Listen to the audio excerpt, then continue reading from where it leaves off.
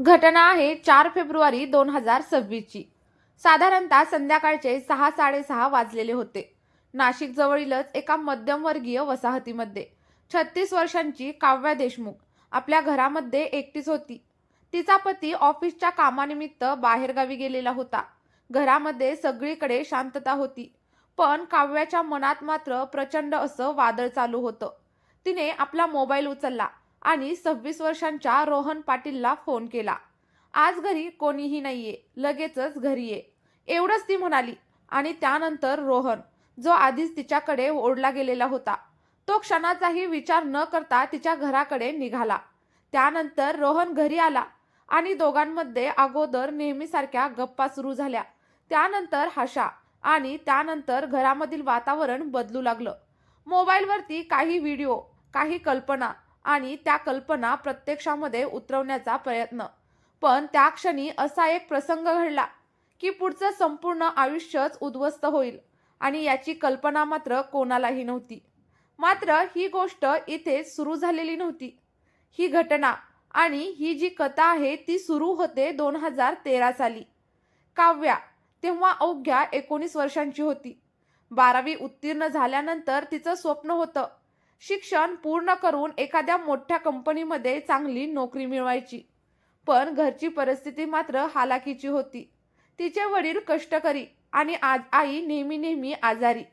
शिक्षण आणि पोट यामधून एकाचीच निवड करावी लागली आणि त्यानंतर काव्याचं शिक्षण मात्र तिथेच थांबलं. याच काळामध्ये तिच्यासाठी मयूर देशमुख या नावाच्या तरुणाचं एक स्थळ आलं. मयूर हा 27 वर्षांचा, एका नामांकित IT कंपनीमध्ये नोकरी करणारा, अतिशय हुशार आणि जबाबदार मुलगा. काव्याने स्वतःची सगळी स्वप्न बाजूला ठेवून लग्नाला होकार दिला. लग्न अगदी साध्या पद्धतीने झालं आणि त्यानंतर ती गाव सोडून शहरामध्ये राहायला आली. सुरुवातीची काही वर्ष दोघांचंही आयुष्य अगदी छान चाललेलं होतं. मयूर खूप जास्त मेहनती होता. तो दिवस रात्र काम करून प्रमोशन देखील मिळवत होता आणि काव्या मात्र घर सांभाळत होती. ती आता 2 मुलांची आई झाली. पण काळ जसा जसा पुढे गेला तसं तसं मयूरचं लक्ष पूर्णपणे कामामध्ये अडकत गेलं. शरीर थकलेलं आणि मन व्यापलेलं. तो घरामध्ये असून देखील दूर दूर वाटू लागला होता आणि काव्याला हवं होतं थोडासा संवाद, तिचं थोडंसं कौतुक आणि थोडंसं आपुलकीचं बोलणं. पण ते तिला मिळेनासं झालं आणि त्यानंतर ती हळूहळू एकटी पडत गेली, शरीराने देखील आणि मनाने देखील. मुलगा ज्या क्लासमध्ये शिकायला जात होता आणि तिथेच रोहन देखील त्यांना शिकवायचा. MBA करत असलेला, बोलण्यामध्ये अगदी स्मार्ट आणि समोरच्याचं मन ओळखणारा.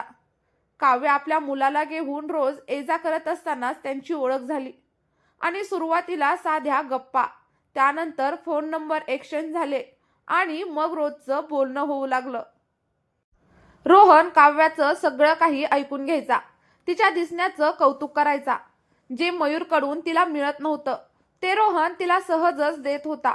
काव्याचं मन आता त्याच्याकडे ओढलं गेलं आणि रोहनला देखील या नात्यामध्ये फायदा दिसत होता, भावनिक आणि आर्थिक सुद्धा. हळूहळू सीमारेषा पुसट होत गेल्या आणि मैत्रीचं रूपांतर बदललं.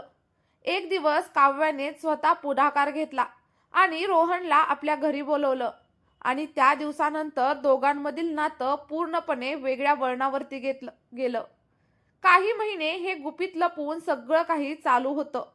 पण एका भेटीमध्ये घडलेल्या अनपेक्षित घटनेनंतर रोहनची तब्येत मात्र हळूहळू बिघडू लागली. अगोदर थकवा, मग जखमा आणि मग वेदना. शेवटी डॉक्टरांकडे देखील जावं लागलं आणि काही तपासणीनंतर सत्य समोर आलं. त्याला एक गंभीर असा आजार झाला होता आणि ते ऐकून डॉक्टर देखील हादरले. आता वेळ फार नाही. आणि हे शब्द ऐकून रोहन पूर्णपणे कोसळला. मनामध्ये राग, भीती आणि पश्चाताप सगळं काही एकाच वेळी बाहेर पडलं. त्याने थेट मयूरला सगळं काही सांगून टाकलं. मयूरसाठी हा धक्का असह्य होता, ज्याच्यासाठी तो आपलं आयुष्य झिजवत होता. त्या संसाराचं असरूप आणि तो नैराश्यामध्ये गेला आणि त्यानंतर काही दिवसांमध्येच त्याने स्वतःचं आयुष्य देखील संपवलं. रोहनचा देखील काही काळामध्ये मृत्यू झाला. त्यानंतर पोलीस तपास सुरू झाला आणि काव्याला अटक झाली. दोन निरागस मुलं एका क्षणामध्ये अनाथ झाली.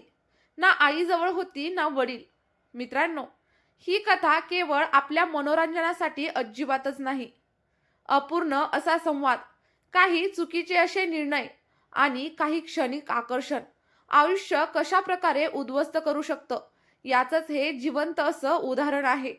त्यामुळे मित्रांनो, तुम्हाला ही जी घटना आहे ती विचार करायला लावणारी जर वाटलेली असेल तर, आणि आपल्या समाजासाठी ही जर खूप हेल्पफुल माहिती असेल आणि असेच कंटेंट जर तुम्हाला हवे असतील, तर आपल्या या व्हिडिओला एक लाईक नक्कीच करा.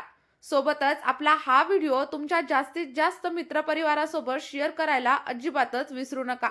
आणि सोबतच अशाच वास्तववादी आणि सत्य घटना कथेच्या स्वरूपात जर तुम्हाला रोज ऐकायच्या असतील, तर आपल्या चॅनलला सबस्क्राईब देखील नक्कीच करून घ्या.